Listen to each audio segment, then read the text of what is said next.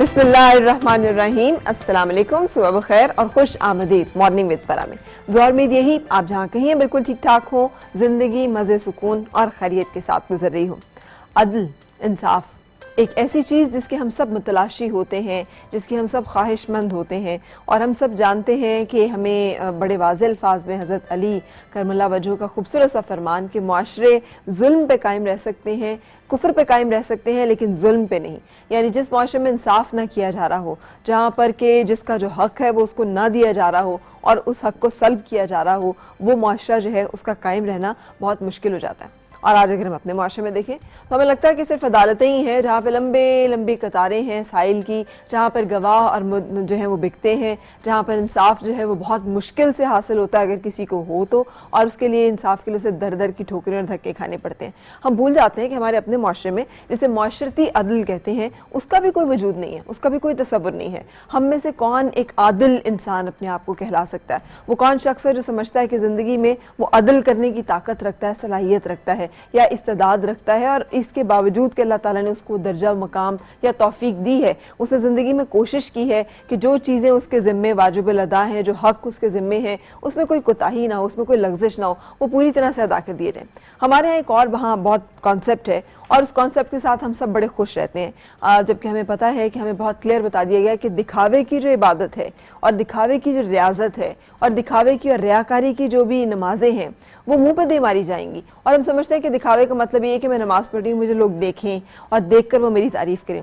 दिखावा ये भी तो है कि मैं नमाज तो पढ़ रही हूँ लेकिन मेरे आमाल जो है वो इससे अक्सर मुख्तलिफ हैं, और आमाल जो कि खुद ब खुद बदल जाने चाहिए थे इस हाज़िरी के तसव्वुर के साथ ही कि मैंने अपने रब के हुज़ूर पेश होना है या मैं उसके सामने पेश हो रही हूँ और मैं किस तरह से उसे मुँह दिखाऊंगी अपने इन करतूत या अपने इन आमाल के साथ, वो नहीं बदल रहे। और जब इस तरह की सूरत हाल के साथ दो रुखे आमाल चलते हैं तो फिर हम मुनाफिकीन के ज़ुमरे और फहरिस्त में आ जाते हैं। मतलब हम बहुत आराम से, बहुत आसानी के साथ बंदों के हकूक़ मार लेते हैं। हम किसी का दिल दुखाना हो, किसी का हक मारना हो, किसी का जायदाद में हिस्सा हड़प करना हो, किसी को सताना हो, तंग करना हो, परेशान करना हो, हम उसके लिए किसी भी हद तक चले जाते हैं। हमें इस चीज़ का अंदाज़ा ही नहीं होता कि हमें कितना क्लियर इस बारे में बता दिया गया है कि अल्लाह ताला अपने हकूक़ तो माफ़ कर देगा लेकिन बंदों के हकूक़ माफ़ नहीं किए जाएंगे जब तक कि वो शख्स जिसका के हक मारा गया है, वो शख्स जिसे अजियत दी गई है, वो शख्स जिसे तकलीफ़ पहुंची है, वो खुद खड़ा होकर उस शख्स को माफ़ नहीं करेगा। और अगर वो माफ़ नहीं करेगा तो फिर जिस शख्स के ज़िम्मे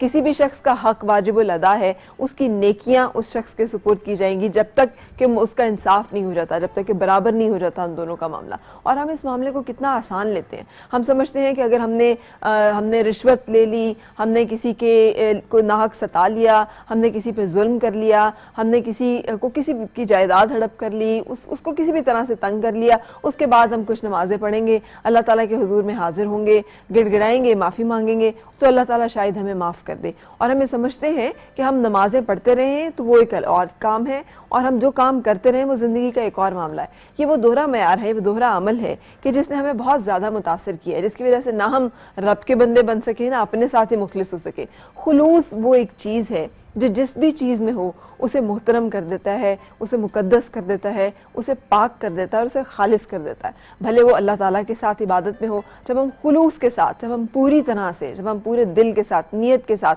किसी चीज़ में दाखिल होते हैं तो ये हासिल और निचोड़ होता है ज़िंदगी का, रिश्ते का, और किसी भी चीज़ की खूबसूरती जो है वो इसके दम से होती है। सो बहुत ज़रूरी है कि जब हम ज़िंदगी में चाहें कि हमारा मुआशरा जो है वो अदल पे कायम हो तो सबसे पहला आदिल हम खुद बनने की कोशिश करें। हमारे ज़िम्मे वालिदैन के जो हकूक़ हैं, औलाद के जो हकूक़ हैं, मियाँ बीवी के एक दूसरे पर जो हकूक़ हैं, दोस्तों के जो हैं, फिर मुआशरे के इंसानों के एक दूसरे के ऊपर जो हकूक़ हैं, और तो और जानवरों के जो हमारे ज़िम्मे हक़ हैं, फिर जो कुछ हमारे ज़िम्मे इस मुआशरे, इस कानून के तहत हकूक़ बनते हैं, फ़राइज़ बनते हैं, हम उन सब को लौटाना, उन सब को अदा करना शुरू कर दें।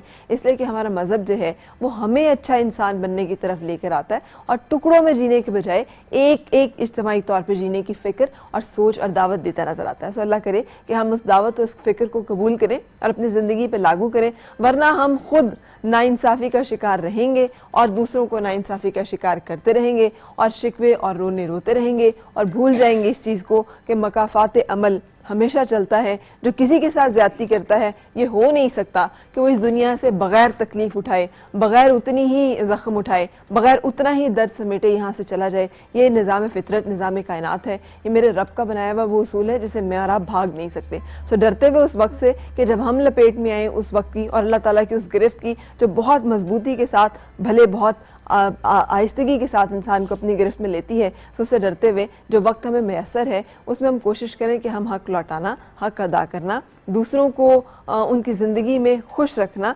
आराम, सुकून, सहूलत और तकलीफ़ से बचाना जो है वो शुरू कर दें। आज का जो शो है उसकी तरफ भी चलूँगी। आज मैं एक तो प्रोग्राम के शुरू में हम कुछ मेमोरीज़ आपके साथ शेयर करेंगे। मुझे बहुत अच्छा लगता है जब मुझे फ़ील होता है, एहसास होता है कि इस 10 साल के दौरान जो कि प्रोग्राम में मेरी आपसे मुलाकात रही, मुल्क की बहुत सारी नामवर मोहतरम हस्तियाँ जो हैं उनसे मिलने का इत्तफ़ाक़ हासिल हुआ, और ये मेरी बहुत, मैं इसे अपनी सआदत समझती हूँ, इसलिए कि वाकई अल्लाह ताला ने, मैं समझती हूँ, मुझे एक बहुत बड़ी एक तौफीक दी कि मैं ऐसे लोगों से बात कर सकूँ, मुखातिब हो सकूँ जिनके साथ बात करना बचपन से कहीं ख्वाब था। उन्हीं में से एक बहुत अच्छी सी शख्सियत जो है वो पिछले दिनों हमसे जुदा हुई हैं, बिछड़ी हैं, जस्टिस जावेद इकबाल साहब। एक तो वैसे ही उनसे अकीदत और लगाव हमारी बहुत ज़्यादा कि वो अल्लामा मोहम्मद इकबाल साहब के साहबजादे, और फिर उसके साथ साथ उनकी अपनी शख्सियत भी बहुत कदावर, और उस हवाले से उनसे गपशप पर मुलाकात हुई थी। अब जबकि वो हम में नहीं है, बहुत सारी दुआओं के साथ कि हक मग़फ़िरत करे, अजब आज़ाद मर्द था, इस दुआ के साथ कि अल्लाह ताला उनके लिए आसानी और सहूलत पैदा करे। कुछ उनकी कही भी बातें, कुछ उनसे की भी बातें जो हैं वो हम आपके साथ शेयर करेंगे ब्रेक के बाद, और उसके बाद प्रोग्राम के अगले हिस्से में मैं आपको मिलवाऊंगी अपनी एक ऐसी शख्सियत से जो बहुत अच्छे, जिसे कहते हैं तर्जिया निगार हैं, बहुत अच्छे दानिश्वर हैं, उसके साथ साथ ब्यूरोक्रेट हैं। तो आज हमारी मुलाकात होगी औरिया मकबूल जान साहब से। उनसे गपशप मुलाकात भी शो का हिस्सा है। कुछ बातें ईद रेसिपीज़ के हवाले से तलत ने जो हमारे साथ शेयर करनी है किचन में, सो ये सब कुछ आप देख सकेंगे, लेकिन हमेशा की तरह पहले मैं रुकूंगी एक ब्रेक के लिए।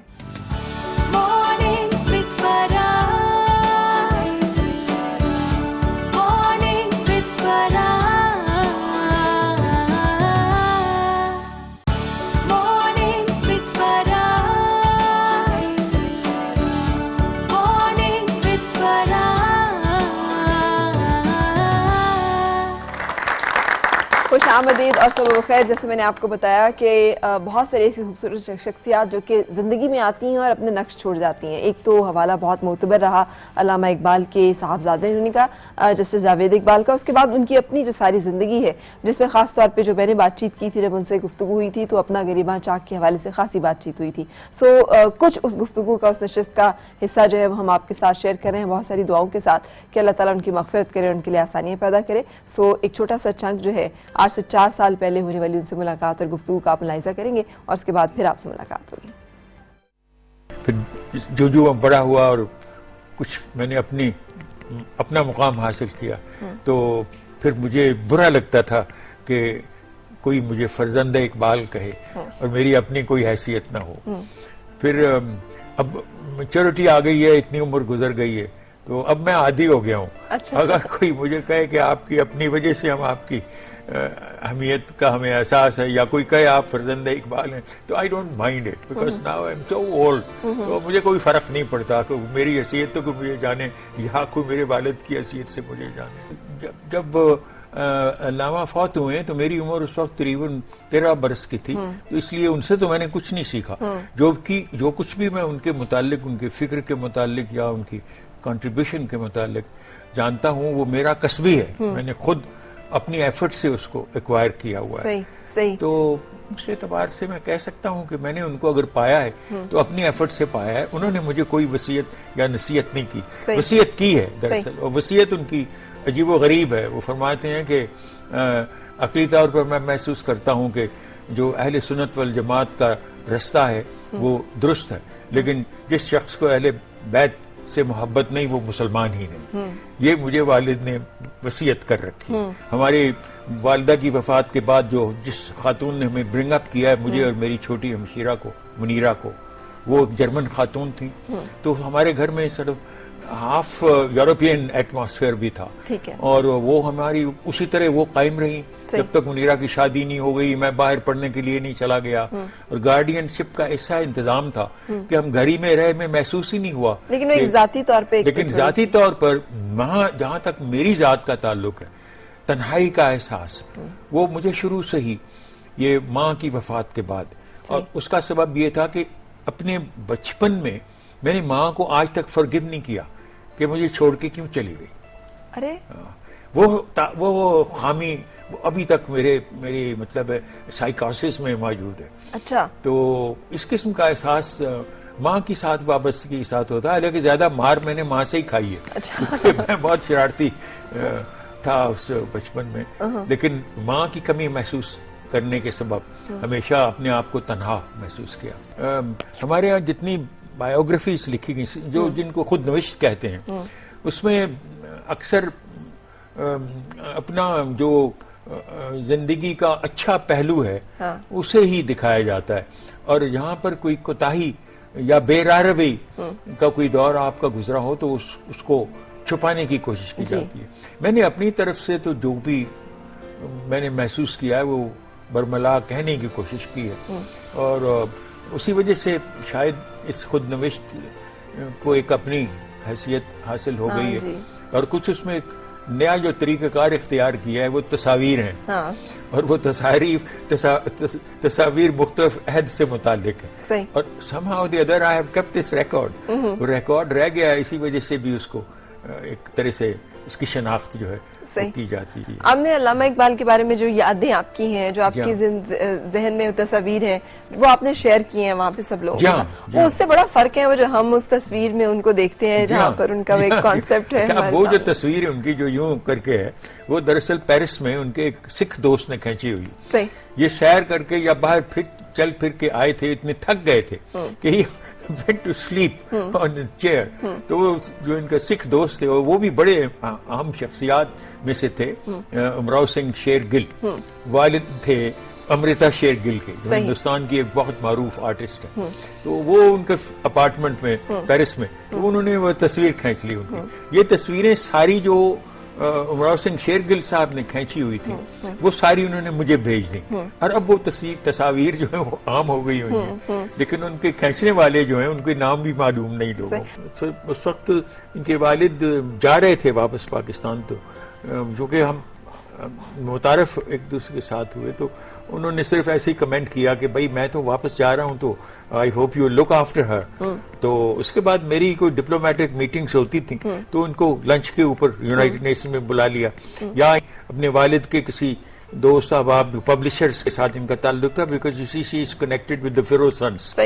तो उस सिलसिले में अगर कोई उसकी कोई कंपनी कोई इस किस्म का कोई डिनर या कोई ऐसी पार्टी हुई तो इनको बुलाया गया, तो ये मुझे ले जाती थी एज एन एस्कॉर्ट। या इनकी जो कजन थी एक जिनके पास ये ठहरी हुई थी, उन्होंने कोई ऐसे ही फिक्टिशियस अपनी बर्थडे मना ली, तो उस पर मुझे भी बुला लिया। तो इस तरह से हमारी मुलाकातें वहाँ पे होती रही। जब मैं वापस आया, I don't know how my sister came to know about it. उन्होंने मुझे, मेरी बहन ने मुझे कहा कि मैंने सुना है कि आप वहाँ पर नासरा से मिलते रहे हो न्यूयॉर्क में। तो मैंने कहा हाँ मिलता तो रहा हूँ। तो वो कहने लगी फिर अगर वो पसंद है तो क्या मैं रिश्ता डालूं? तो मैंने कहा हाँ चली जाओ। तो वो फिर इनकी पेरेंट्स की तरफ गई, बेगम शाहनवाज को साथ लेके गई, चूंकि बेगम शाहनवाज इनकी वालिदा की बहुत सहेली थी। तो उन्होंने रिश्ता कबूल कर लिया, फिर इसी तरह हम इकट्ठे हो गए। जो कुछ मैंने वेस्ट में तहकीक के मुतालिक देखा या जो तरीक़ाकार है वो हमेशा ये होती है कि it's always oriented to some purpose and object. तो तहकीक बराए तहकीक नहीं होती, बल्कि तहकीक बराए मकसद होती। ठीक है। तो ये चीज जो है वो मैंने लर्न की। तो उसके बाद फिर जो मेरी अल्लामा के नजरियात के मुतालिक वसत थी, मेरा तो सिर्फ उनकी जो सियासी फिक्र है उसके साथ ताल्लुक था। बहसियत मेरे थीसिस के, वो थीसिस जो था it was involving the development of Islamic political philosophy, not metaphysics but political philosophy. खास एक मखसूस पहलू था, और वो मखसूस पहलू के मुतालिक हजरत अल्लामा का जो भी पॉलिटिकल कंट्रीब्यूशन है उसके साथ उसका ताल्लुक था। मसलन इसी सिलसिले में मैंने जो उनकी बायोग्राफी लिखी हुई है जिंदा रूह, उसका अब 3 वॉल्यूम में है वो। उसकी 3री वॉल्यूम का तर्जुमा मेरे एक दोस्त ने, अमेरिकन ने, इंग्लिश में किया है, जिसका नाम है इकबाल इन पॉलिटिक्स। ये 3री जिल्द है वो। तो 3री जिल्द वाला जो उनकी डायमेंशन है वो मेरे सामने आया थी। लेकिन चूंकि मैं फलसफे का तालिब इल्म था, इस वजह से मेरी इंटरेस्ट उनकी मेटाफिजिक्स में भी थी, और उनके जो सवाल, ये खुदी का जिक्र आपने किया है, ये फलसफा भी उनका उसमें शामिल हो गया। लेकिन मेरा ज्यादातर रुझान उनकी शायरी की तरफ इतना नहीं रहा, जितना उनकी नसर की तरफ। बिल्कुल सही। तो वही नसर जो है उसको ही मैंने, उसमें से ही उन्हें जानने की कोशिश की है। तो नसर जो है उनकी, वो उसको यहाँ कोई हाथ ही नहीं लगाता, खासतौर पर reconstruction of religious thought in Islam. उसमें रिकंस्ट्रक्शन की जो इस्तिलाह है उसने मुझे हमेशा बड़ा अट्रैक्ट किया, क्योंकि देखिए यूरोप में जो तब्दीली आई है मजहबी नुक्ता निगाह से, that was because of reformation of Christianity. Reformation का ऑथर मार्टिन लूथर था।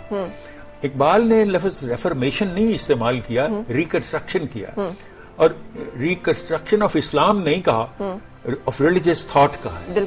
उधर रेफर्मेशन ऑफ क्रिश्चियनिटी थी, यहाँ ये reformation of the religious thought है। सो देयर वाज दिस, एक फर्क था। दूसरी बात ये थी कि ये जो रिकंस्ट्रक्टेड इस्लाम है उसकी बुनियाद पर मैंने तसव्वुर किया कि पाकिस्तान क्रिएट ना होता अगर वो रिकंस्ट्रक्ट किस्म का इस्लाम ना होता। सो व्हाट इज रिकंस्ट्रक्टेड इस्लाम?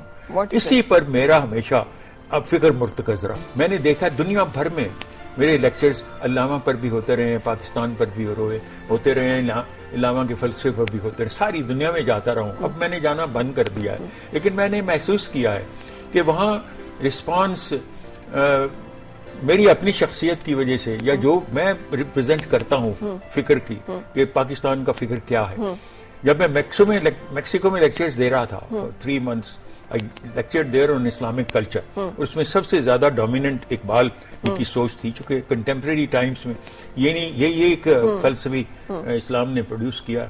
तो वो मुझे कहने लगे कि you have, Pakistan has conquered Mexico, यानी ये तलबा जो मेरा ग्रुप था उनका ये एहसास था। तो apparently you see the youngsters responding to these ideals. मैं हमेशा बेसिकली तो उस्ताद ही हूँ, बिकॉज आई हैव टॉट, पढ़ाता रहा हूँ और लॉ पढ़ाता रहा हूँ तकरीबन 20 बरस, और मेरा सब्जेक्ट एक्विटी रहा है। Equity is not law, equity is more human. और हजरत उमर के पास ऐसे फैसले हैं जो उन्होंने एक्विटी के बेसिस पे किए हुए, लॉ के बेसिस पे नहीं किए हुए, और उन पर एतराज ये किया जाता था कि तुम जिद्दत फिक्र इस्तेमाल करते हो। बिल्कुल। तो उन्होंने कहा था कि कुरान मजीद में मुझे सिर्फ अदल करने के लिए ही नहीं कहा गया, एहसान करने के लिए भी कहा गया। बिल्कुल। तो ये एक्विटी उस टर्म्स में एहसान के मानों में आती है। सही। और एहसान जो है, it's a human contribution to for the removal of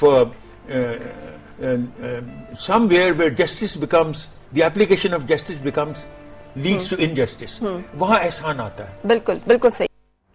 तो जनाब, ये खूबसूरत सी नशिस्त जो कह रही थी, इसमें से हमने सवालात वाला जो हिस्सा था वो हज़फ कर दिया, ताकि कम से कम वक्त में ज़्यादा से ज़्यादा बातचीत जो है वो आप जस्टिस जावेद इकबाल साहब की सुन सकें। दुआ हम कर सकते हैं अल्लाह ताला उनके लिए मग़फ़िरत करे, आसानियाँ करे। हम सब बहुत ख़ताकार इंसान हैं, और हम सब जो हैं हमने अल्लाह ताला के हुजूर में पेश होना है। सो बहुत सारी दुआओं के साथ कि उनके लिए आसानियाँ हों, हमने आज उनकी गुफ्तगू जो है वो आपके साथ शेयर की। ब्रेक के लिए मैं रुकूंगी, ब्रेक के बाद आपकी मुलाकात कराऊंगी अपने आज के मेहमान से। और मेरे आज के मेहमान जो हैं वो भी एक हमजहर शख्सियत हैं, कॉलम निगार हैं, उसके साथ साथ खुद एक उस्ताद भी हैं, ब्यूरोक्रेट भी हैं, दानिश्वर भी हैं, और बहुत सारी खूबसूरत गुफ्तगू और पॉइंट ऑफ व्यूज़ जो हैं वो हमें उनसे सुनने को मिलते हैं। सो आज हमारी मुलाकात होगी और यह मकबूल जान साहब से, लेकिन इस ब्रेक के बाद।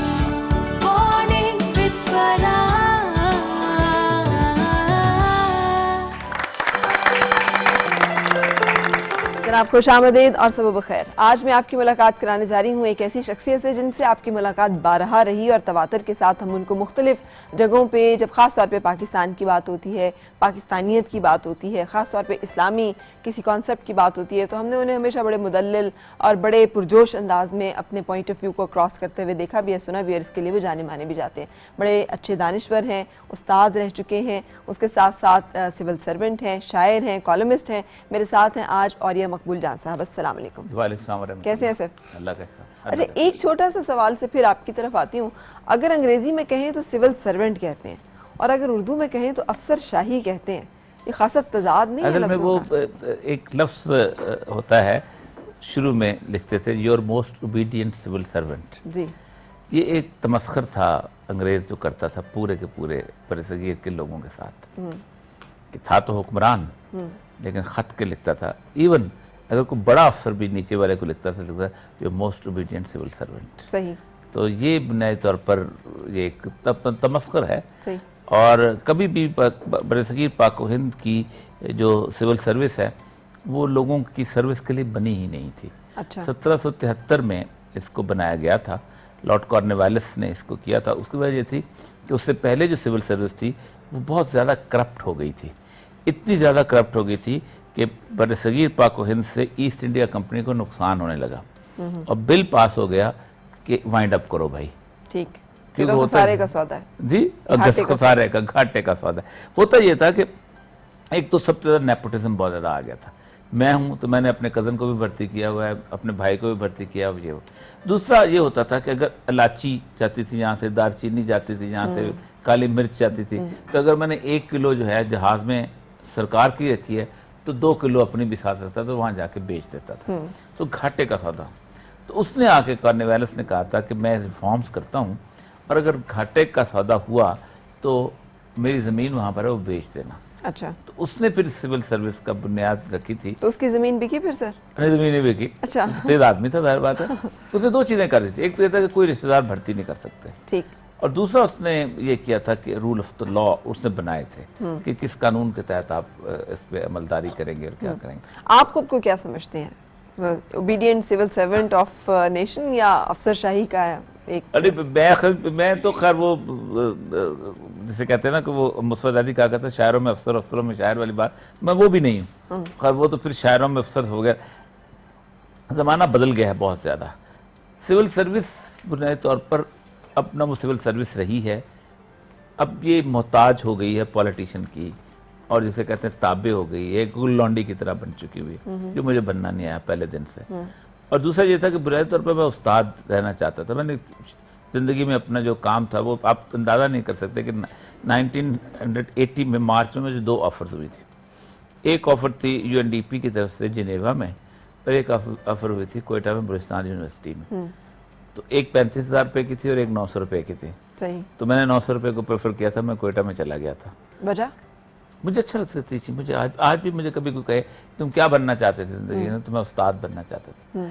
लेकिन उस्ताद की सबसे बड़ी जो कमज़ोरी होती है वो ये होती है कि उसके सामने सवाल करने वाला शागिर्द बैठा हो। हाँ। 5 साल के बाद हुआ ये था कि वक्त के साथ साथ 5 साल में ही वो सवाल करने वाले लोग ख़त्म हो गए थे। तो मुझे छोड़ना पड़ा था। अच्छा। अच्छा, आज तो बहुत सारे सवाल करने वाले लोग हैं आपके, आज बहुत बहुत सारे। सारे नहीं है, आज बहुत बेहतर हो गया हुआ है, लेकिन आज का हमारा इल्मी मायार बहुत ख़राब हो गया है और उसको हमने खुद जानबूझ के ख़राब किया है। और उसकी बुनियादी वजह यह है कि हमने जिस बुनियाद पे हम अपने इल्म को रख दिया वो है ज़ुबान।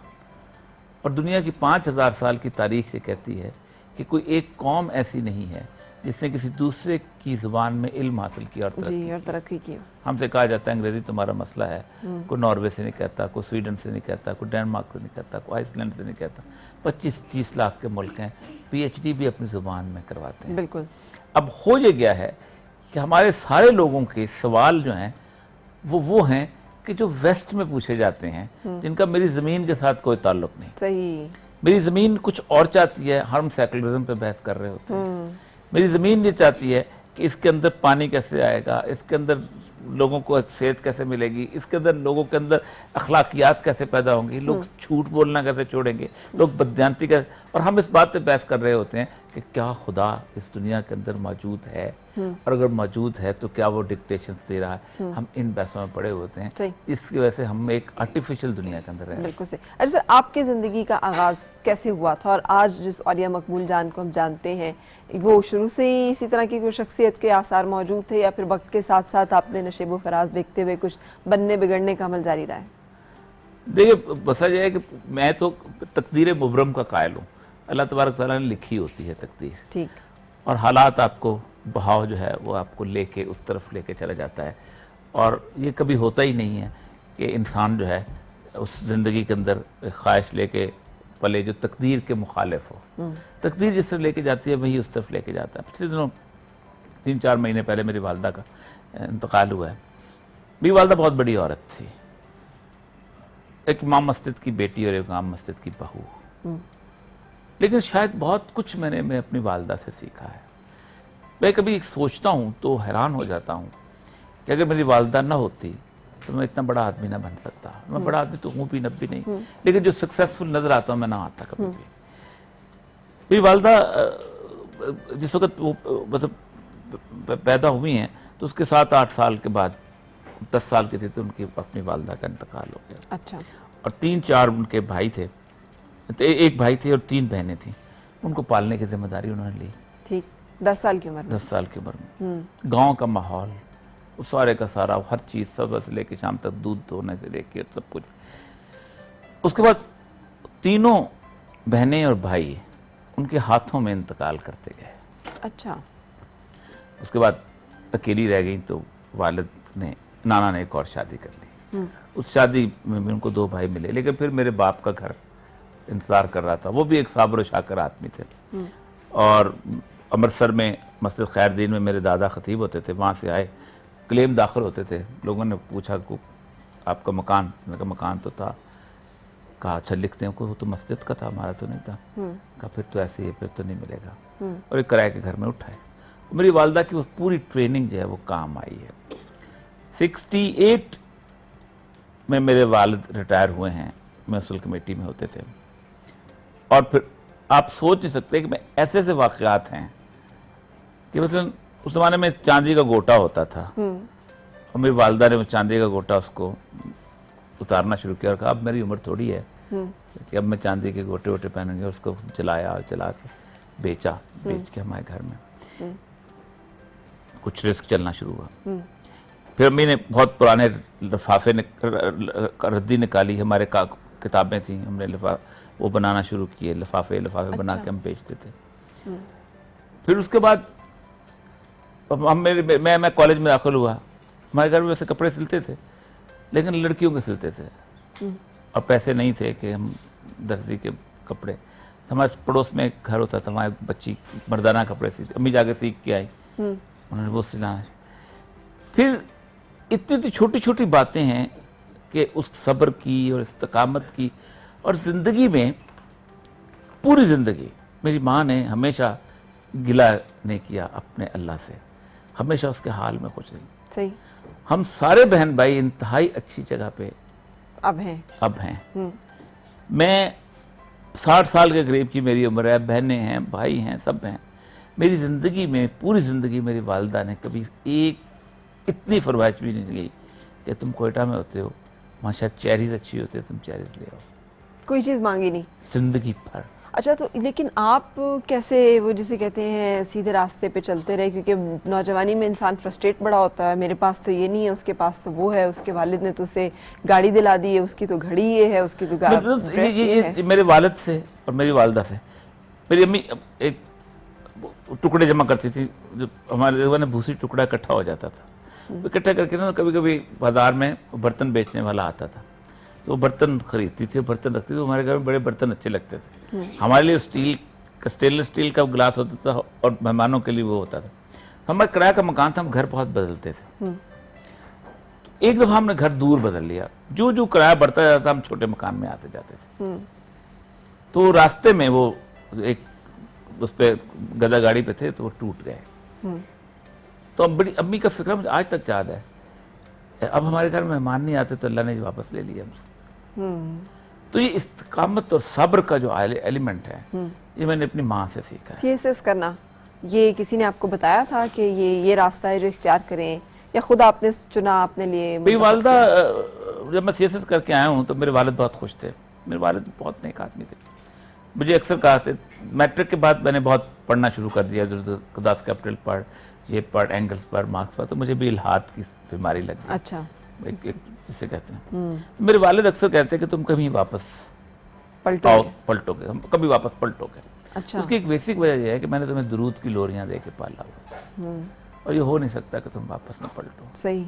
मेरी वालदा को मैंने आप बताया जब आके, तो मुझे कहने लगी कि ये तो मंजिल नहीं थी जो मैंने तुम्हारे लिए सोची थी। तो मैंने एक वालदा से कहा कि मंजिल क्या है? तो कहती मैंने एक ख्वाब देखा था। फिर वो मेरी और मेरी वालदा का राज है कि मैंने जब पैदा होने से कुछ दिन पहले तुम्हारे बारे में ख्वाब देखा था, और वो है हमारी मंजिल। ठीक।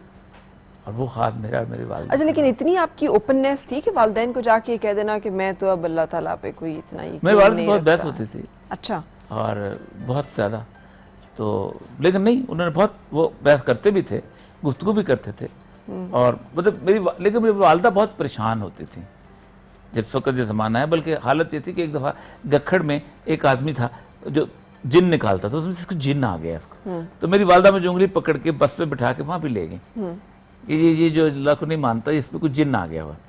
लेकिन वो माहौल अजीब किस्म का था। तो मेरी मुतवक्किल वालदा को वो बिल्कुल पसंद ना आया, तो वापस ले आए कि नहीं। और फिर मुझे कहा कि देखो, तो ऐसा मत करना कि तुम्हारे दादा और तुम्हारे नाना जो हैं उनके कब्र में उनको शर्मिंदगी हो। अच्छा, अब जब आप बोलते हैं तो आई कैन सी कि वो माशाल्लाह से आपके अंदर नस्ली तौर पे विरासत में वो आया हुआ है खताबत का, जो भी एक खतीब मस्जिद जो है ऑब्वियसली वो तो है, तो आप बोलते भी बिल्कुल खतीबाना अंदाज में है।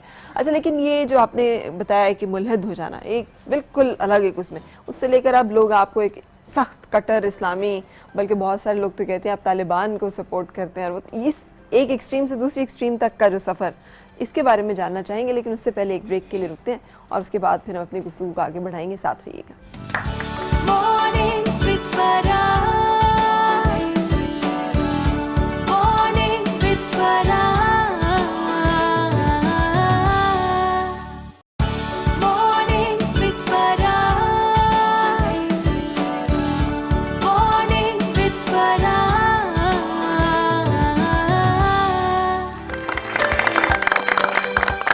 जनाब खुश आमदीद और सुबह बखैर। आज हमारी गुफ्तगू और मुलाकात और या मकबूल जान साहब से। आप बता रहे थे सर, वो जो मैंने कहा कि एक एक्सट्रीम से दूसरी एक्सट्रीम, खुदा को ना मानना से लेकर खुदा के अलावा ना मानना किसी और चीज़ को, ये एक लंबा सफ़र है। दोनों मुतशद्दिद सफ़र है। हाँ। खुदा को ना मानना भी एक मुतशद्दिद रवैया है, खुदा को मानना भी एक मुतशद्दिद रवैया है। और खुदा जब बंदा मानता है तो फिर दो चीज़ें उसके अंदर बहुत इंपॉर्टेंट आती हैं, और वही आती है कि वो साबित करना चाहता है कि खुदा कैसे है, किस जगह है, क्यों है। और खुदा खुद भी चाहता है कि मुझे साबित किया जाए, मुझे ढूंढा जाए, मुझे साबित किया जाए। असल में तशद्दुद जो है ये एक रिटेलिएशन की पैदावार है। एक बहुत बड़ा राइटर है, विल डुरैम, बहुत मशहूर नाम है, आपकी किताब फिलॉसफी पे लिखा है, उसकी एक किताब है हेरोज ऑफ द हिस्ट्री। ठीक है, कि तारीख के हीरोज कौन कौन से, अगरचे कि बहुत मुतसब आदमी है, बस उसने जो पूरी तारीख लिखी है वो 25 वॉल्यूम की तारीख है। उसके अंदर एक वॉल्यूम है जो मुसलमानों पे लिखा है, आर ग्लोरियस ईस्ट। वो भी आर ग्लोरियस ईस्ट कहता है, यानी हमारा बैकयार्ड है जैसे कुछ। देखो उसके बाद मैं इसकी किताब के एनालिसिस के हिसाब से मैं बताता हूँ। कहते जब कभी तारीख के अंदर इंसानी अकदार जो होती हैं, मतलब मैं एक अच्छी कदर ले कपड़े पहनता हूँ, इस तरह के बहन को, बीवी को, भाई को, सबको इस तरह की इज्जत देता हूँ, माशरे के अंदर एक डिसेंसी रखता हूँ, उसके मुखालिफ में ज़बरदस्ती को इक़्तिदार नाफिज की जाती हैं, तो उसके अंदर से लठमार ग्रुप पैदा होते हैं उसको डिफेंड करने के। और उसकी मिसाल वो दो देता है, एक रोमन्स की मिसाल देता है। सुला उसका एक हुक्मरान था, नीरो से पहले की बात, तो उसने भी यही करना शुरू, रोमन गेम्स शुरू कर दी, नेकेड औरतों की रेसेस शुरू कर दी, फलां कर दिया, पता नहीं क्या क्या कुछ, ग्लैडिएटर्स की वो सारी। तो जो लोग बड़े आराम से शरीफाना जिंदगी गुजार, बहुत तंग थे। और फिर कुछ उनमें से ऐसा हुआ था कि कुछ लोग जो थे वो आहिस्ता आहिस्ता आहिस्ता उस वक्त निकलने शुरू हुए। उस वक्त क्रिश्चियंस जो थे वो सलीब लेकर निकलते थे, बल्कि ये सूफी होते थे और ये बहुत बड़ा एक गोल दायरा स्वासित का टाइप निशान लेकर निकलते। ये क्रिश्चियंस के साथ साथ चलना शुरू हो गया और फिर वो उन्होंने इस हद तक पावर हासिल कर ली कि कॉन्स्टेंटीन जो था वो बादशाह था, वो लड़ने जब गया तो शिकस्त खाने लगा और एक दिन उसने सुबह उठ के कहा मैंने ऊपर ख्वाब में वो निशान देखा है और मैं भी आज क्रिश्चियन होता हूँ। ठीक है। और फिर उन्होंने वो सख्ती नाफिज की जिसका आप तस्वर नहीं कर सकते। और दूसरा वो एलिज़ाबेथ दोम की बात कहता है, उस जमाने में भी रिटेली हुआ यह था कि एक शावानी किस्म की अखलाकियात नाफिज करने की कोशिश की गई और प्योरिटन्स आए और वो जो बर्नर्ड शॉ का जो है वाई अबाउट प्योरिटन्स और ये वो फिर निकलना पड़ा आपको। तो माशरे के अंदर अखलाक, अक़दार, रिवायात, माहौल, जिंदगी, ये सारी चीज़ें मजहब देता है। ठीक है, लेकिन आपकी ज़िंदगी में अगर घर का माहौल इतना मजहबी था तो क्या किताबें थी? सख्ती नहीं था। अच्छा। मेरे घर में सख्ती नहीं थी। मेरे वालिद की किताबें थी, बल्कि कुछ किताबें ऐसी थी जो उन्होंने पीछे छुपा के रखी थी जो मैंने पढ़ ली। अच्छा। और जिससे मुझे इल्हाद भी मिला, मतलब मौलाना रूम पंजम वो उन्होंने पीछे रखी थी, वो मैंने पढ़ ली। तज़किरा गौसिया वो थी, वो पीछे रखी, जो कि खास एज के बाद पढ़नी चाहिए थी, कहते मैं पहले पढ़ ली। सही। तो उनको अंदाजा हो गया था। लेकिन मेरे वालिद आर्गूमेंट के कायल थे, दलील के कायल थे और दलील से गुफ्तगू करते थे। और होता यह था कि शुरू में जब आप जज्बाती सूरत हाल में होते हैं, आप खुद सोचें ना, मैंने 12 साल की एज में मैट्रिक किया और उसी एज के अंदर बाद में इल्हाद आया, तब 13 साल की उम्र का आदमी जब दैरिया हो जाए तो क्या होगा, तो उसके अंदर जज्बातियत और वही कैफियत होगी, तो वो जज्बाती सूरत हाल में वो सारा कुछ। और मुताले ने फिर इंसान को, और मुताले से जब खुदा ढूंढा जाता है ना, वो बड़ा प्यारा खुदा होता है। अच्छा। वो दलील के साथ आया होता है। आपने बाकी सारी, और देखिए ना कुरान भी यही कहता है, हज़रत जो प्रोसेस बताता है ना, हज़रत इब्राहिम ने कहा मैंने सितारा देखा, खूबसूरत प्रोसेस, सितारा देखा, कहा नहीं ये तो गुरूब हो गया, ये मैंने चांद देखा, ये तो गुरूब हो गया, ये मैंने सूरज, ये तो नहीं, इन्नी वजह तो वजह लिल्लज़ी फतर समावात वल अर्ज़ हनीफ़न बना व अना मिनल मुशरिकीन। मैं मुंह फेरता हूँ उन सारे जो गुरूब होने वाले हैं। तो असल में दलील के साथ जब अल्लाह को आप ढूंढते हैं तो फिर उसकी वजूद के कायल आप और तरीके से होते हैं। ठीक है। सो ये वजह है कि अब लोग कहते हैं कि आप बहुत ज़्यादा सपोर्ट करते हैं शायद तालिबान को भी, और वो सही है आपके बारे में? तालिबान, अफगानिस्तान के तालिबान को तो मैं सपोर्ट करता हूँ और करता रहूँगा, इसलिए कि अफगानिस्तान के तालिबान को मैंने बहुत करीब से देखा। पाकिस्तान के तालिबान को बिल्कुल नहीं। पाकिस्तान के तालिबान को नाम ही इसलिए रखवाया था अमेरिकन ने ताकि अफगानिस्तान के तालिबान को बदनाम किया जाए, काउंटर किया जा सके, बदनाम करने के लिए, ताकि जहां जो हरकत करेंगे बदनाम। अफगानिस्तान के तालिबान में गुज़श्ता को 300 साल की अफगान तारीख है, अफगानिस्तान आज़ाद हुआ। अफगानिस्तान के तालिबान से ज़्यादा बेहतर अमन की सूरत मैंने नहीं देखी वहाँ। देखिए, कानून कहते हैं law stems out from the norms and morals of the society. कानून जो है लोगों के रस्म और रिवाज से पैदा होता है। एक पठान जो है किसी को ताना देगा तो कहेगा तत्संग पछताना दी मोन्स ना की, तुम कैसा पठान है कि नमाज नहीं पढ़ता, ये नहीं कहेगा तुम कैसा मुसलमान है कि नमाज नहीं पढ़ता। वहाँ अगर हिंदू औरत भी होगी तो शटलकॉक बुर्के के अंदर होगी, रिवायात हैं। दाढ़ी हर बंदे रखी, दाढ़ी बड़ी अजीब। स्फंजार वली भी अगर गांव में जाएगा तो पगड़ी टोपी पहन के जाएगा, इसका सारे ये करते हैं। उन्होंने वहां पर एक सिस्टम ऐसा नाफिज किया था जो इसके लॉ एंड ऑर्डर को मेंटेन करता था और जस्टिस को। दो ही काम है जो रियासत करती है। रियासत का प्रिंसिपल होता है कि स्टेट बिकम्स इनविजिबल, सिपाही ना हो उसके बावजूद भी अमन कायम, लोग इशारे की पाबंदी करें, लोग 7 सिपाही होते थे हर उसके अंदर और लोग उस पर अमन करते थे। दुनिया पूरी में पॉपी जो है उसको ख़त्म करने के लिए फौजें गई हैं, बर्मा में गई, कनाडा में गई, कोलंबिया में गई, पता नहीं क्या क्या गई, ड्रग बैरन्स। 97% पॉपी पैदा होती थी अफगानिस्तान में, एक ऑर्डर आया था ख़त्म हो गई थी। सही। दुनिया में हर मुल्क ने चाहा है कि उस मुल्क को असले से पाक किया जाए, डी वेपनाइज किया जाए। एक इशारा था सिर्फ उनका कि हम डी वेपनाइज, हम तुम्हें हिफाजत देंगे। अफगान जो कि बंदूक का अपना जेवर करता था, समझता था, उसने अपनी बंदूकें वापस कर दी थी। ये वो चीजें हैं कि जो इस सोसाइटी के अंदर वहां मौजूद थी। सही। मैं उन बड़े क्लोज से मैंने उस पीरियड को देखा है। लेकिन अब ये पॉलिटिकली जो सारा कुछ, सारी सूरत हाल है और जो सारा कुछ इंटरनेशनली जैसे इसलिए खराब किया गया ना, कि इंटरनेशनली इसलिए खराब किया गया कि वो कभी नहीं चाहते थे कि किसी तौर पर भी इसको आगे लेके जाए। मतलब लास्ट नेगोशिएशंस जो थी, मैं उस वक्त जागी में था, तो अमेरिकन जब आए हैं तो मुल्ला उमर के साथ नेगोशिएट करते करते उन्होंने कहा कि ऐसा करें, हमें सबूत ला दें उसामा बिन लादेन के बारे में। तो उन्होंने जब सबूत लाने के लिए कहा तो उन्होंने एक डोजियर बनाई। अयाज वजीर उस वक्त होते थे, उनको कहा कि ये उनको दे दो। उन्होंने कहा आप खुद दे दें। वो डोजियर बनाई तो मुल्ला उमर के सामने पेश किया गया। उसने कहा अच्छा ये बताएं कि इस डोजियर और इन शवाहिद के बुनियाद पर अमेरिका की किसी अदालत में उसामा को सजा हो सकती है? तो अमेरिकन तो हैरान, उनको इस सवाल की उम्मीद नहीं थी। तो उन्होंने कहा नहीं हो सकती। तो फिर हमें क्यों कहते हो कि हम सजा दें? असल में वो बेसिकली अफगानिस्तान को तबाह करना चाहते थे। मुल्ला उमर की जगह और ये मकबूल जान होता और ये मकबूल जान की जगह परवेज मुशर्रफ भी होता, तब भी उन्हें तबाह करना था। ठीक है, ये बात तय है। सही। और वो क्योंकि आखिर वक्त में उन्होंने तजावीज़ दी थी कि 3 इस्लामी मुल्कों का एक बना दो, पाकिस्तान है, सऊदी अरब है, टर्की कर लो, मलेशिया कर दो, और वो जो फैसला करे हम मानने को तैयार। आप कहें उसामा को फांसी दे दम पर दे दें, उन्होंने कहा नहीं इसको हमारे हवाले करो बस। तो वो चाहते थे, क्योंकि बुनियादी तौर पर आप ये कहते हैं ना इस्लाम में शिद्दत पसंदी है, हम शिद्दत के कायल हैं। गुज़श्ता 10 साल की तारीख में 2 मुल्क हैं जहां जमहूरियत नाफिज की है आपने। कैसे नाफिज की है? एक अफगानिस्तान में और एक इराक में।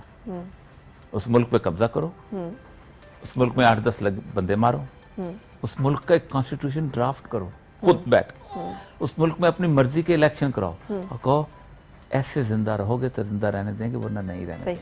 सही। और मुझे एक पॉलिटिकल इस्लाम की टर्म आजकल हम बहुत सुन रहे हैं। इस्लाम पॉलिटिकल है, हमेशा से है।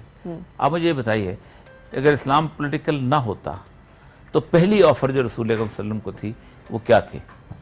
कि हम तुम्हें यूनिफाइड सरदार मानने को तैयार हैं। तीन ऑफर थे, जितना तुम सोना चांदी जितनी दौलत चाहते हो ले लो, खूबसूरत 3 औरत जिस हाथ रखो शादी कर, और हम तुम्हें यूनिफाइड सरदार मानते हैं। जी बिल्कुल।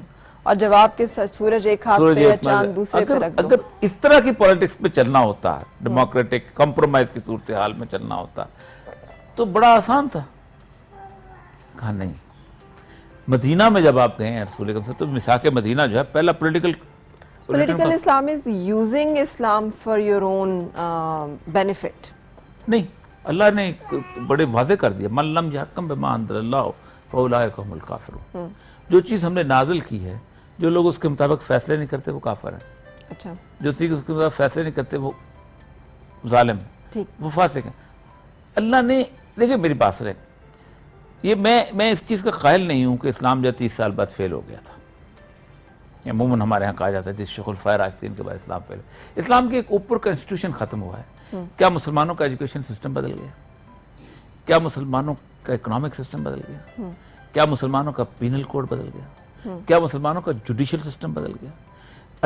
1924 तक ला सूख रहा है अदलिया, मजल्लतुल अदलिया जो था उसके तहत सारे निज़ाम नाफिज रहे हैं। ना मुसलमानों ने सूद लेना शुरू किया, मुसलमानों की फॉरेन पॉलिसी बदली, all institutions remained intact till 1924। सही। अच्छा, मुसलमान या पाकिस्तानी या मुसलमान, ये दोनों भी तो अब ज्योग्राफिकल बाउंड्रीज भी तो बहुत अहम है, लॉ ऑफ द लैंड भी तो बहुत अहम है।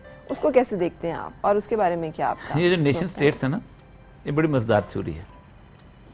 1920 के इर्द गिर्द नेशन स्टेट्स बनने शुरू हुई हैं फर्स्ट वर्ल्ड वॉर के बाद। सर यहाँ पे एक ब्रेक ले लेते हैं, फिर इसी बात से शुरू करेंगे, लेकिन एक ब्रेक के बाद फिर आपसे मुलाकात।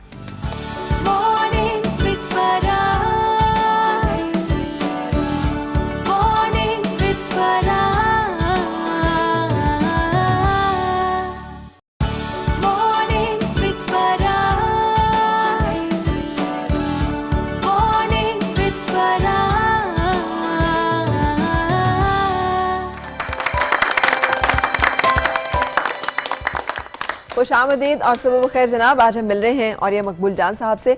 एक सवाल मैंने किया था, उसके बाद मैं वापस शिफ्ट करूंगी आपकी शख्सियत की तरफ।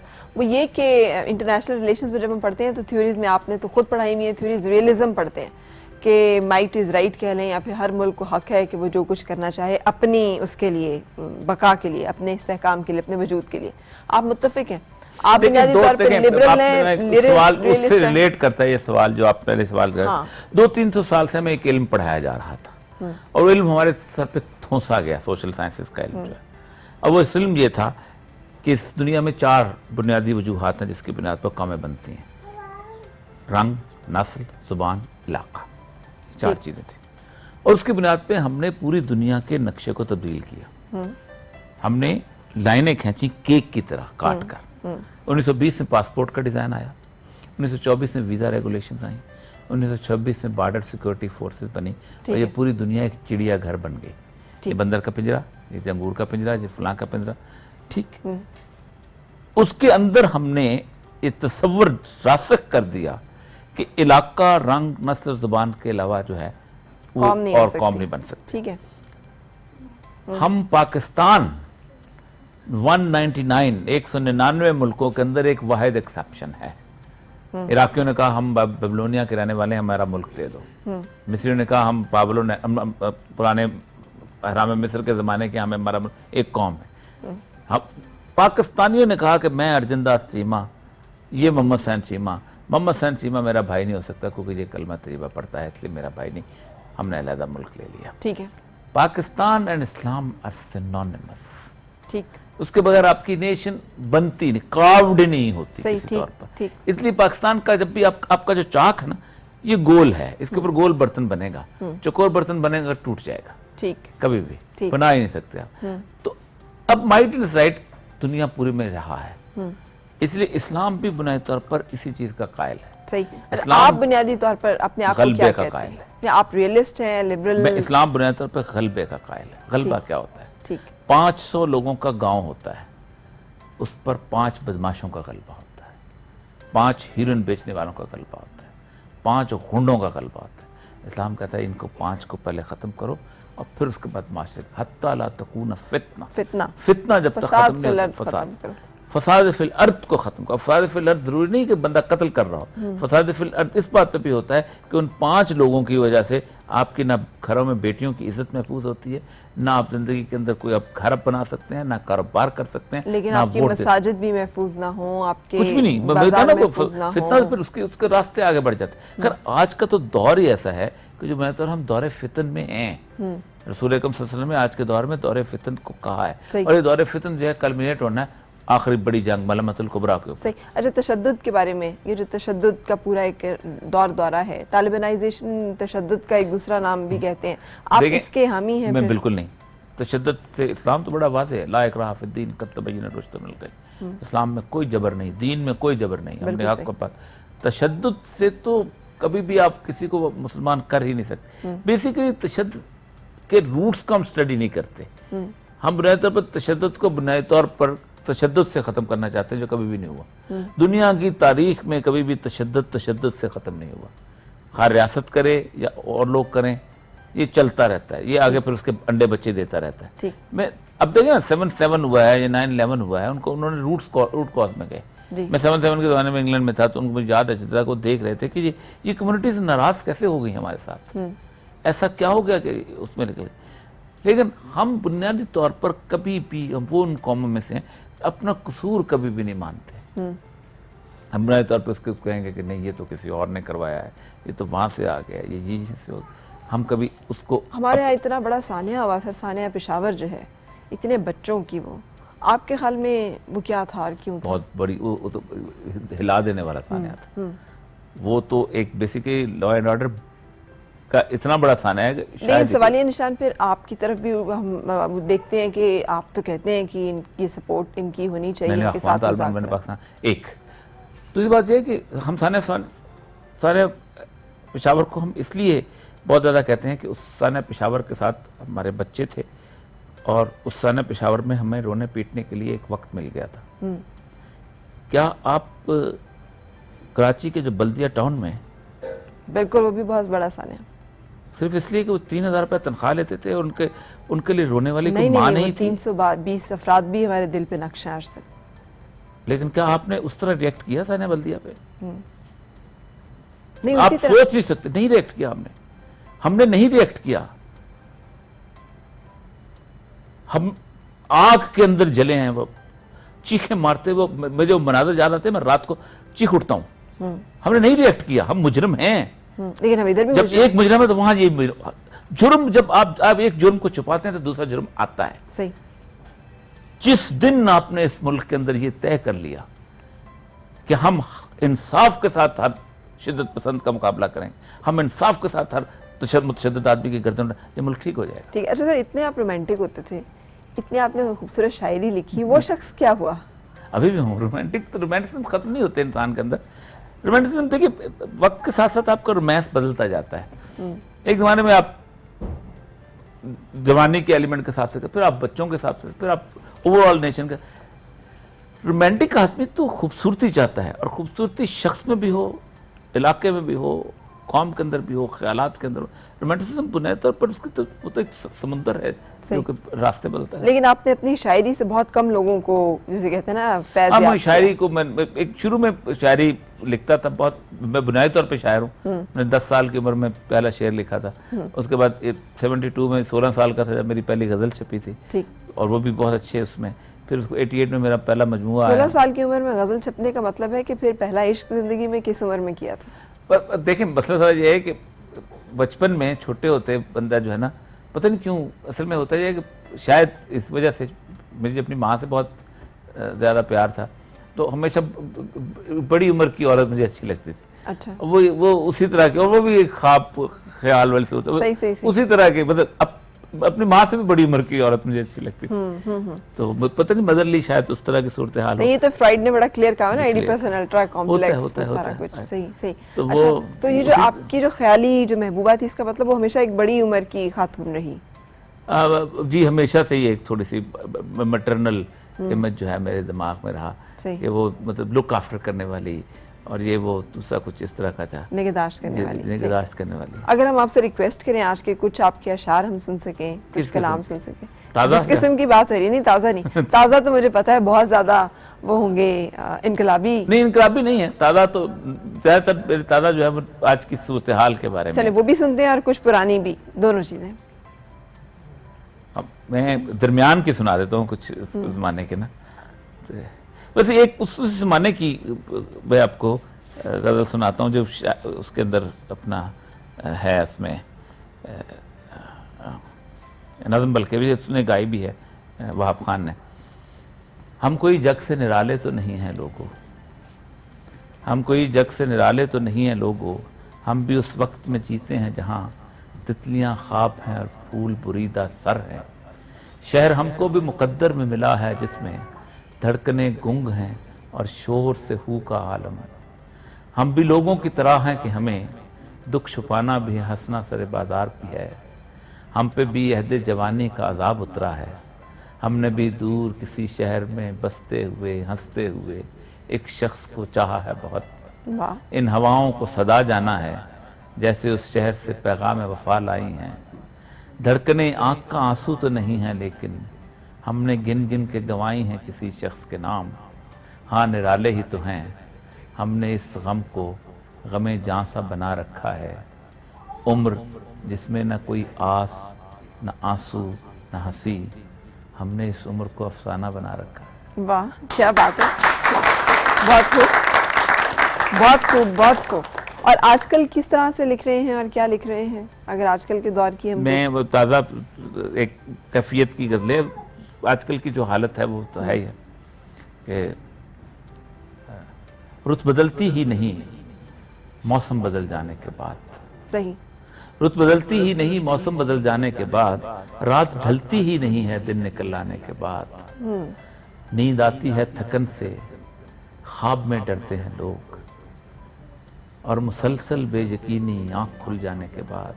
वाह। एक अज़ाबे हफ्से हरफे हक है सीने पर गरां, दम कहाँ आए किसी दम, दम निकल जाने के बाद। वाह। दम कहाँ आए किसी दम, दम निकल जाने के बाद। और कौन दर खोलेगा अब हिजरत नसीबों के लिए, किसके घर जाएंगे अब घर से निकल जाने के बाद। वाह। और सब दुआएं बेअसर, सब अश्क बेतौकीर हैं, बंद हो जैसे दरे तौबा जलाने के बाद।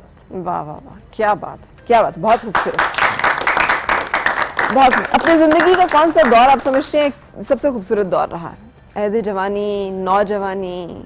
पता नहीं, शायद आया नहीं अभी तक। अच्छा। जी हाँ। क्या चीज़ है जो कि आप जिंदगी में मैं एक गैर मुतमईन सा आदमी, अगरचे कि बहुत साबिर आदमी, अल्लाह ताला ने मुझे बहुत कनात दी है, हर हालत में कनात दी है, मेरे वालिद की वजह से, मेरी वालिदा की वजह से। लेकिन मैं माहौल से कभी मुतमईन नहीं हुआ। मतलब मुझे हमेशा रहा है कि कुछ तब्दीली आनी चाहिए। वो एक नारा है तब्दीली की बात है कि बचपन से ही अपने इर्द गिर्द में, लोगों में, जिंदगी में, बाकी चीजों में, इंसानों में, हम वैसे इंसान भी तब्दील नहीं हुए। तब्दील हुए तो वर्स्ट, बुरी तरफ तब्दील हुए, अच्छी तरफ तब्दील हुए। जो अख्तार और रवायात में अपने बचपन में देखता था वो चीजें थी, और जो अख्तार और रवायात आज हैं।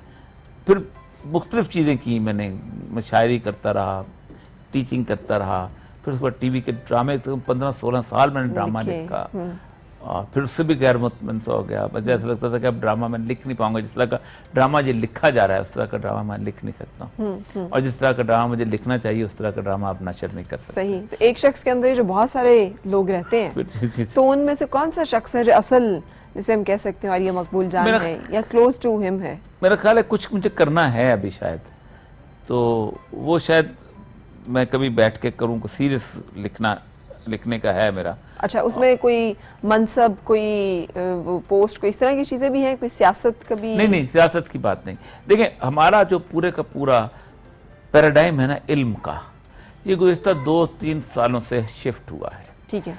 और वो पैराडाइम शिफ्ट करने में पूरी वेस्टर्न सिविलाइजेशन का बहुत बड़ा हाथ है। बिल्कुल सही। और इस वेस्टर्न सिविलाइजेशन ने हमें कुछ चीजें सिखाई हैं, हम उसके दायरे के अंदर रह के सोचते हैं। ठीक है। मैं समझता हूँ कि मुझे काम करना चाहिए कि इस दायरे से बाहर निकालना है। ठीक, बिल्कुल सही। हम इसके बारे में बात करते हैं, लेकिन एक ब्रेक के लिए रुकने के बाद। Morning with Farah. Morning with Farah. Morning with Farah. Morning with Farah.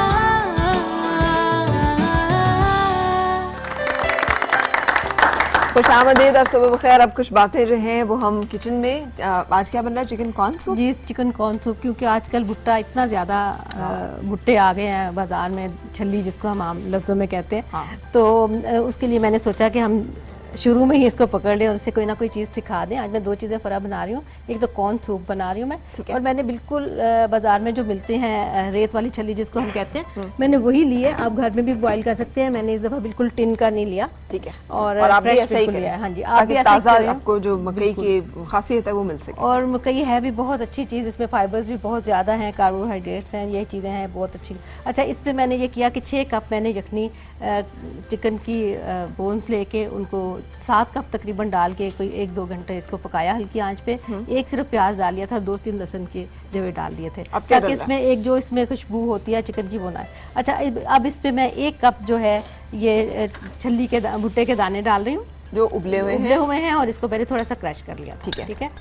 और इसमें 1 ही कप मैंने चॉप किया। अच्छा, असल में फिर होता यह है कि चिकन कॉर्न सूप जब लोग बनाते हैं तो उबले हुए चिकन से ही बनाते हैं। हाँ। कि जिसका यखनी निकाली है वो, लेकिन वो इतना फीका सा बच जाएगा हो गया होता है कि उसका, इसलिए बेहतर ये है कि आप इस पे बोन्स को लैदा करके तो फिर आप इसको चॉप कर लें चिकन को, और ये हमने 1 कप डाल दिया। यानी यखनी स्टॉक जो आप बनाएं वो थोड़ी सी हड्डियों का और कुछ बोटियों का अलग बना लें, लेकिन जो इसमें डालने के लिए है वो अलग से चिकन इस्तेमाल करें। अच्छा, और क्या डलेगा? अच्छा, इसमें इसको हमने अब हल्की आंच पे 10 मिनट पकाना है, लेकिन मैं इसमें सीजनिंग भी इसके साथ ही कर देती हूँ। इसमें नमक आएगा।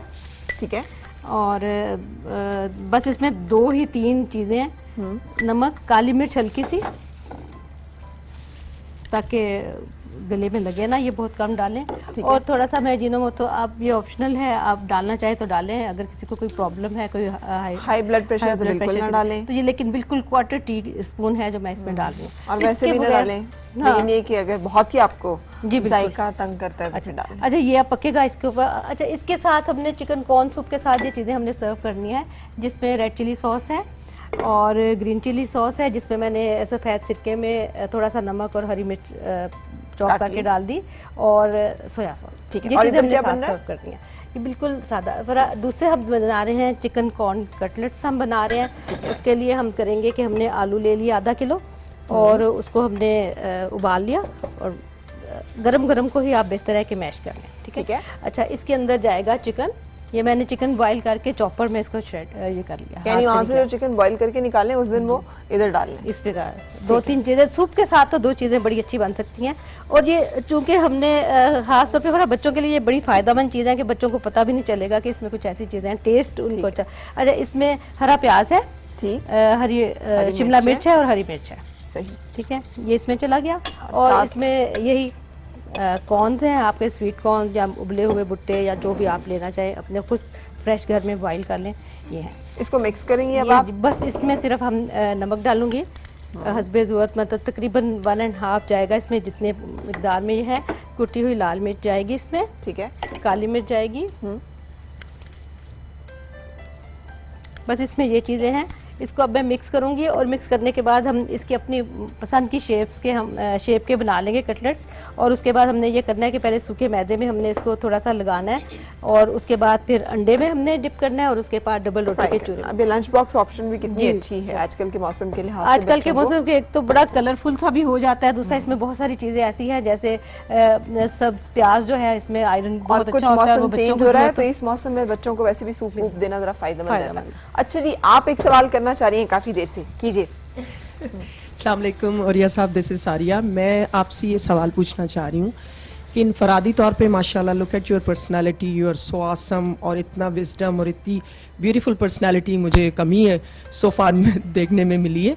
मुझे ये बताइए कि इनफरादी तौर पे तो एज अ नेशन हम, मुझे लगता है, बड़े सक्सेसफुल हैं, लेकिन जब एज अ कौम आप बात करते हैं कलेक्टिवली, लोगों का एटीट्यूड वैसा क्यों नहीं बन पा रहा? आई मीन जैसे आप जैसे अदबी लोग यहाँ पर हैं, आपकी पर्सनालिटी को देख के तो लगता है माशाल्लाह कि पूरा मुल्क ही ऐसा अदबी वैल्यूज, सिविक सेंस और चीज़ों को कैरी करता होगा। कलेक्टिवली आप क्या समझते हैं कि ये चेंज कैसे आएगा? उसकी एक बुनियादी वजह है कि इज्तिमाई शऊर एक लफ्ज़ होता है। इज्तिमाई शऊर जो है दो चीज़ों से पैदा होता है। एक होता है कि आप कितने मुतमईन हैं बहैसियत मजमूई एक कौम, और आप कितने बहैसियत मजमूई जो हैं वो गैर मुतमईन है। पाकिस्तान की बुनियादी कौम जो है ना गैर मुतमईन कौम है। एक उसके अंदर एंगर है, एक गुस्सा है। हमारे एक दोस्त होते ज़ैलम खान, चेचनिया के होते थे, वो यहाँ आए थे, कहते अजीबोगरीब कौम है, इतनी एनर्जी इसके अंदर, पूरी बस खाली है, छत के ऊपर सफर कर रहे हैं, वेरी ट्रू। रास्ते में कुत्ता सोया हुआ उसको ठुड्डा मार के जाएंगे, किसी की एंगर गाड़ी खड़ी हुई है। मैनेजमेंट की क्लासेस दिलाएं। एग्रेशन, जी एग्रेशन क्यों है? एग्रेशन इसलिए है कि मुझे सक्सेस हासिल करने के लिए बहुत पापड़ बेलने पड़ते हैं, और एक आदमी को सक्सेस हासिल करने के लिए कुछ नहीं करना पड़ता, उसके दरवाजे पर दस्तक दे देती है कि वो फलां के घर में पैदा हो गया था। ठीक, तो ये जो अनइवननेस इन द सोसाइटी होती है, ये सोसाइटी बनने नहीं देती। सोसाइटी कब बनती है? सोसाइटी उस वक्त बनती है कि जब एकदम लोग इकट्ठे अपने एंगर में बाहर निकलते हैं। जिस वक्त कहीं भी दुनिया में कहीं रेवोल्यूशन आया या इनकलाब आया, उसका कभी ये नहीं होता कि कम्युनिज्म आगे चल रहा है या इस्लाम का नारा लगा रहा है या किसी और का। लोग अपना अपना गुस्सा लेके निकलते हैं। मुझे एसएचओ ने मारा होता है, उसकी पटवारी ने जमीन कब्जा की होती है, उसके बेटे ने खुदकुशी की होती है। अच्छा, आपको नहीं लगता सर कि एक वजह ये भी है? देखिए, हम डॉक्टर को देखते हैं तो डॉक्टर जो है वो कसाईयों की तरह पहले सलूक करते हैं हर तरह के कट मनीज लेते हैं, बाहर बैरून मुल्क दौरों पे जाते हैं, दवाइयाँ उनकी प्रिस्क्राइब करते हैं जो इन्हें पैसे दे रहे होते हैं, और बाद में वो मसीहा होने का एक हमसे टाइटल भी मांगते हैं, इज्जत भी मांगते हैं। उसके बाद सर वो हम पे एहसान भी जताते हैं 4 लोगों को फ्री देख के, और फिर वो अगर उन्होंने अपने आप को कॉम्पनसेट करना हो तो वो समझते हैं वो भी हज उम्रे के लिए चले जाएं या अपने आप को एक अच्छा मुसलमान साबित कर दें, तो वो उनकी जस्टिफाई। यही ब्यूरोक्रेट का आलम है, यही उस्ताद का, यही मीडिया पर्सन का, कि एक अच्छा इंसान या एक अच्छा मुसलमान, ये दोनों फर्क चीजें हैं या कहीं ना कहीं जाके मिलेंगी? नहीं, बहुत एक ही चीज़ है। बुनियादी तौर पर हुआ यह है कि 2 मामलात बड़े अजीबोगरीब हैं हमारी सोसाइटी में। जिस दिन हमने मटेरियल वैल्यूज को इज्जत देनी शुरू की है, ये सब कुछ खत्म हो गया है। मेरे ताया ने 1925 में MBBS किया था, और वो झांग और 18,000 में सारी जिंदगी उन्होंने गुजार दी, और वहीं पर उसी जगह पर रहे। लेकिन इज्जत इतनी थी कि इसका आप तसव्वुर नहीं कर सकते। आपने उस्ताद को इज्जत देनी खत्म कर दी, आपने डॉक्टर को इज्जत देनी खत्म कर दी, आपने समझा कि जब चीज़ों को हम खरीद सकते हैं तो हमें किसी को इज्जत और एहतराम देने की हमें कोई ज़रूरत नहीं है। उसके साथ साथ आपका पूरा माशरा कम्बल डाउन हुआ। ये 73 ऑनवर्ड हुआ। और ये क्यों हुआ? जब आपकी गल्फ में आपके लोग बहुत ज़्यादा गए, और हुआ ये कि उन्होंने आके यहाँ पर एक मटेरियल वैल्यूज को बिल्टअप करना। अरे सर, आपने माशाल्लाह ब्यूरोक्रेट हैं आप, और मतलब अल्लाह ताला अच्छा। ये रुतबा और ऊपर अल्लाह नीचे पटवारी। जी जी ये तो अल्लाह ताला सबको दे। मतलब बच्चे बाहर पढ़ते हैं, गाड़ियों की रेल पेल होती है, बड़े बड़े बंगले होते हैं, फिर हुकूमतें तो आनी जानी होती हैं, आपका इक़्तिदार हमेशा होता है। तो इसके बावजूद आप क्यों ये लिखने पढ़ने इन चक्करों में पड़े रहे? ऐसे लोग तो बहुत छुप के अपना काम करते हैं और सारा काम दिखाते हैं उस वक्त है जब पता चलता है वो सब समेट के निकल भी गए मुल्क से बाहर। अब 2-3 चीज़ें जो हैं वो मैंने ब्यूरोक्रेसी के अंदर 2-3 चीज़ें अपने ज़ात के साथ मुंसलिक नहीं होने दी। एक तो ये है कि मैंने मेरे किसी भी सरकारी स्कॉलरशिप पे ना मैं खुद बाहर गया हूँ ना मेरा कोई बच्चा गया। दूसरी ये कि मैंने ज़िंदगी भर कोई सरकारी प्लॉट नहीं लिया। और तीसरी चीज़ ये है कि मैंने ज़िंदगी भर कभी भी अपनी पोस्टिंग्स के लिए एक बेहतर पोस्टिंग के लिए तगो-दो या ये नहीं की। ये तीनों चीज़ें जिन्हें मुझे बहुत इत्मीनान है। तो फिर सिविल सर्विसेज करने का क्या फ़ायदा हुआ आपको? सिविल सर्विस ने मुझे बहुत तजर्बा दिया। अल्लाह का लाख लाख शुक्र है कि मैंने 24 साल बलूचिस्तान में गुजारे। I opted for Balochistan. मैं आपको सिर्फ एक ज़िले की मिसाल देता हूँ। मैं चागी में था और चागी में ना मैं उनकी ज़ुबान बोलता था, ना मैं उनकी गुफ्तगू करता था, ना कोई और चीज़, ना उनके कबीले से ताल्लुक़ रखता था। मैंने वहाँ 1 साल के गुजारा, मेरी ट्रांसफ़र हो गई। आप सोच सकते हैं कि 3 दिन उन्होंने हड़ताल की चागी के लोगों ने, और 1 दिन उन्होंने RCD हाईवे ब्लॉक की कि मेरा ट्रांसफ़र वापस किया। जब मेरा ट्रांसफ़र वापस हुआ, वजह क्या थी इसकी? मतलब मोहब्बत इतने करते क्यों थे आप? मुझसे। अच्छा, पता नहीं क्यों। उसकी एक बुनियादी वजह है कि अगर आप इंसानों के बराबर आके रहे ना, तो ये पाकिस्तान के लोग बहुत मोहब्बत करने वाले लोग हैं। मुझे बहुत कुछ दिया सिविल सर्विस ने, और मैंने लौटाया भी है बाद मामलात के अंदर लिख के। मतलब जब मैं टॉप मैनेजमेंट में पहुंचा हूं तो उस वक्त बंदे का जी चाहता है कि बंदा चीफ सेक्रेटरी लगे, बंदा होम सेक्रेटरी लगे। उस वक्त मैंने कॉलम लिखने की ऑप्शन ली, सही। क्योंकि मैं समझता था कि मैं ड्रामों में से पूरा सच नहीं लिख सकता मैं। और उसके साथ मैंने फिर और हर तरह के खुड़े। अच्छा, आप कैसे लिख सके? क्योंकि अमूमन इजाजत ही नहीं होती तो सिविल सर्वेंट्स को या फिर गवर्नमेंट सर्वेंट्स को कि वो इस तरह के हमारा काम कानून बड़ा 2 नंबर है बाद मामलात के अंदर, और बनाने वाले जो है वो उनसे हमेशा गलती हो जाती है जिससे रास्ता निकल आता है। एक तो यह है कि मुझे कॉन्स्टिट्यूशन कहता है article 19, every citizen has right of freedom of expression. Supreme court में लास्ट जब मेरा मुकदमा था जो मैंने जीता, जिसके ऊपर बहुत बड़ा शोर मचा, ब्यूरोक्रेसी की 80 प्रमोशनें वापस गई थी बहुत बड़े लेवल पे, उसके अंदर ये डिस्कशन शुरू हो गई कि ये लिखता है तो इसलिए इस काबिल नहीं है कि तो मैंने कहा कि कॉन्स्टिट्यूशन जो है राइट देता है मुझे। ठीक। उन्होंने कहा आपने एक एग्रीमेंट साइन किया है नौकरी में आते हुए कि आप हमारे रूल्स को फॉलो करेंगे। ठीक है। मैंने कहा दुनिया में कोई ऐसा एग्रीमेंट बता दें जो फंडामेंटल ह्यूमन राइट्स को सरेंडर करता हो। कल को जो सुबह ये एग्रीमेंट लिख दें कि एक आदमी 25 साल के बाद नौकरी के बाद खुदकुशी कर लेगा, तो क्या हो सकता है ऐसा? फंडामेंटल राइट्स तो बराबर हैं। ठीक। तो उस पर वो एक तो ये बेसिक। दूसरा उन्होंने ये कहा था कि रूल है उनका कि हमारी परमिशन है, उस पर में एक रूल है कि no such permission is required if the contribution is artistic, scientific and literary. तो मैं उनसे हमेशा सवाल करता हूँ मेरा वो फिक्रा बता दें जो लिटरेचर से घिरा हुआ हो, जो लिटरेचर के दायरे में नहीं आता। ठीक। वो ढूंढते रहते हैं, फिक्रा उनको मिलता कोई नहीं। सही। तो मेरा चल रहा है। बिल्कुल सही। सो रेसिपी नोट कीजिएगा, ब्रेक के लिए रुकेंगे, ब्रेक के बाद फिर आपसे मुलाकात।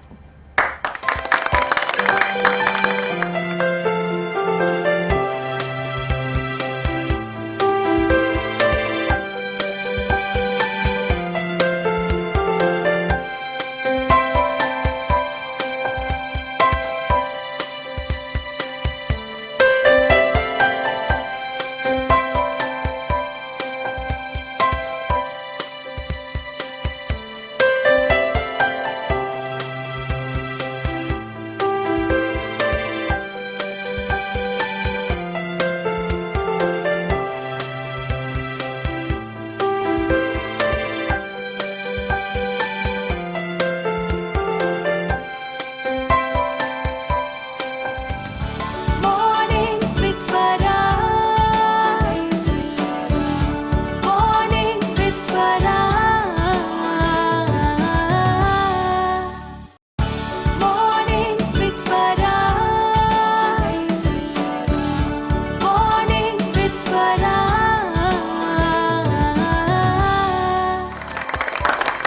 खुशामदीद जनाब, आज हमारी मुलाकात रही औरिया मकबूल जान साहब से। और सर, जाते जाते आपसे चंद सवाल, आप क्या समझते हैं अपनी कामयाबी से जो अभी तक हासिल किया उससे मुतमईन है, और क्या सीक्रेट रहा है आपके यहाँ तक पहुँच पाने का? देखें, पहली बात तो ये है कि मैं मुतमईन कभी भी नहीं रहा। ये तो उसकी आपने एक बताया। बुनियादी वजह यह है कि मैंने अब कुछ करना चाहता हूँ, और इंसान जब करने का वक्त आता है तो उस वक्त आखिरी वक्त आ जाता है। दूसरी जो अहम तरीन चीज़ है वो ये है कि मैंने ज़िंदगी भर बहुत टामक टोहियाँ मारी हैं, लेकिन आखिरी 25-30 सालों में कोशिश की है कि मैं जो कुछ करूं मेरे लिए आकबत का एक रास्ता बन जाए, सहारा बन जाए, कुछ ज़रिया बन जाए, मेरी निजात का ज़रिया बन जाए।